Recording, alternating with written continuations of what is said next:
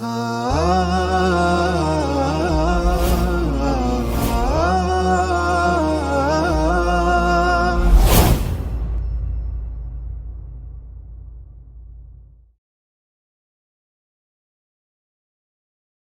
pada kesempatan kali ini kita akan kaji bersama-sama hukum seputar mandi wajib atau kadang dikatakan sebagai mandi besar atau mandi janabah. Mandi wajib ini tujuannya adalah untuk mengangkat dan mensucikan hadas besar. Kita akan bahas beberapa poin. Yang pertama, sebab-sebab diwajibkannya mandi wajib ini. Kemudian syarat-syaratnya. Kemudian rukun atau fardu-fardunya, sunnah-sunnahnya, dan hal-hal yang diharamkan bagi mereka yang hadas besar dan belum mandi. Bapak Ibu sekalian, ada beberapa sebab seseorang terkena hadas besar sehingga wajib untuk mandi. Yang pertama adalah haid. Allah Subhanahu wa taala berfirman, "Wa yas'alunaka 'anil mahid." Mereka bertanya kepadamu wahai Muhammad tentang haid. Qul huwa adha. Katakan kepada mereka bahwa haid itu adalah kotoran dan kalian tidak boleh melakukan hubungan suami istri tatkala mereka dalam keadaan haid. Fa idza tatahharna, maka apabila mereka sudah suci dan bersuci, tatahharna itu tidak hanya berhenti darah haidnya, tapi berhenti darah haid kemudian dia mandi wajib.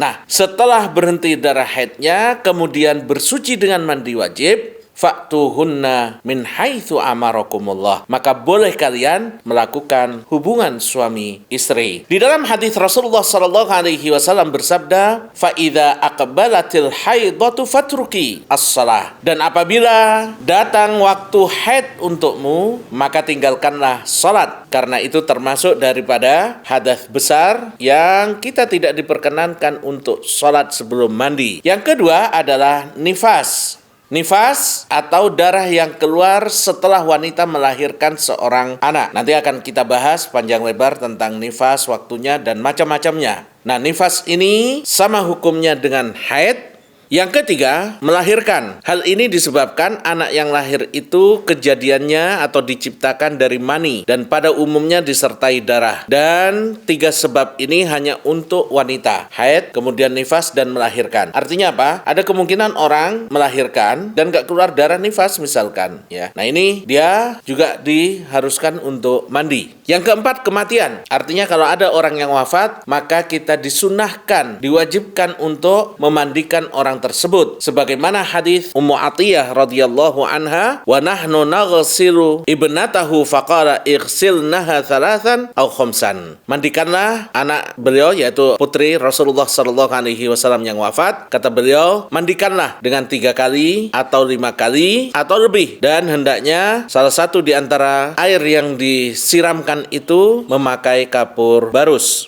Yang kelima yang mewajibkan mandi adalah hubungan suami istri. Walaupun tidak keluar mani Bapak Ibu sekalian, tapi kalau terjadi hubungan suami istri, idzal taqal khitanan, apabila dua kemaluan itu sudah ketemu, bersentuhan, walaupun tidak keluar mani, maka wajib untuk mandi. Sebagaimana dalam hadis Abu Hurairah radhiyallahu anhu juga, Rasulullah sallallahu alaihi wasallam bersabda, "Idza jalasa baina syu'abihal arba', thumma jahadaha faqad wajabal ghusl." Apabila seorang laki-laki duduk di antara 4 anggota badannya, yaitu paha laki dan paha perempuan itu, lalu bersungguh-sungguh, artinya sudah melakukan hubungan suami istri, maka wajib baginya untuk mandi. Inilah sabda Rasulullah sallallahu alaihi wasallam yang diriwayatkan oleh Imam Bukhari dan Imam Muslim. Yang keenam, keluarnya mani, walaupun bukan dari hubungan suami istri. Sebagaimana hadis Ummu Salamah, keluar mani karena mimpi misalkan, bisa terjadi bagi laki-laki, bisa terjadi juga untuk wanita. Hadis Ummu Salamah jelas sekali ketika Ummu Sulaim datang kepada Rasulullah sallallahu alaihi wasallam. Ummu Sulaim ini ibunya sahabat Anas yang menjadi pembantu Rasulullah sallallahu alaihi wasallam. Beliau bertanya, "Ya Rasulullah, innallaha la yastahyi minal haqq." Wahai Rasulullah, sesungguhnya Allah itu tidak malu untuk menjelaskan sebuah kebenaran.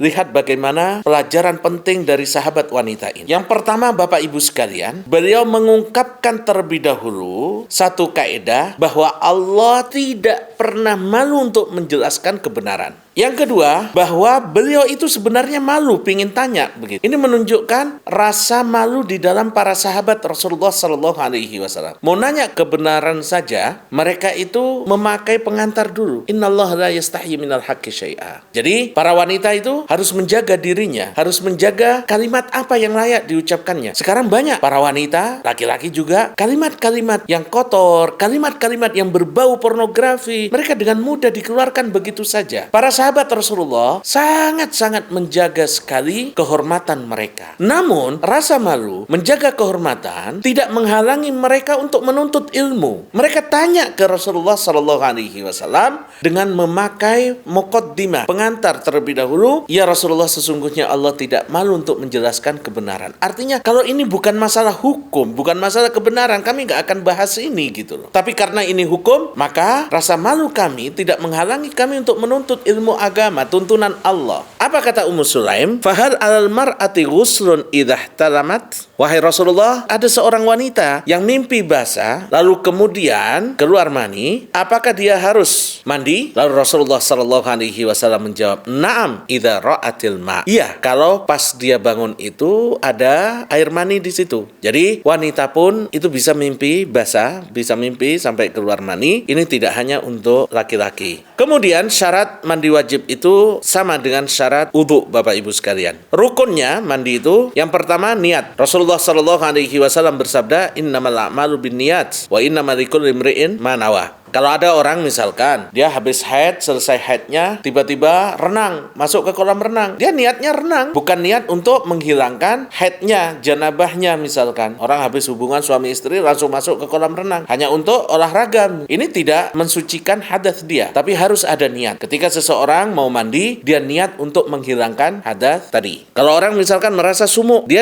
mandinya hanya biar nggak sumuk aja, hadasnya nggak bisa hilang. Harus ada niat untuk menghilangkan hadas itu. Yang kedua, meratakan air ke seluruh rambut dan kulit. Jadi seluruh anggota tubuh kita harus terkena air, ya. Nanti di sunnah-sunnah kita akan bahas lebih detail lagi. Yuk ikut jadi orang tua asuh untuk lebih dari 5.000 penghafal Al-Quran.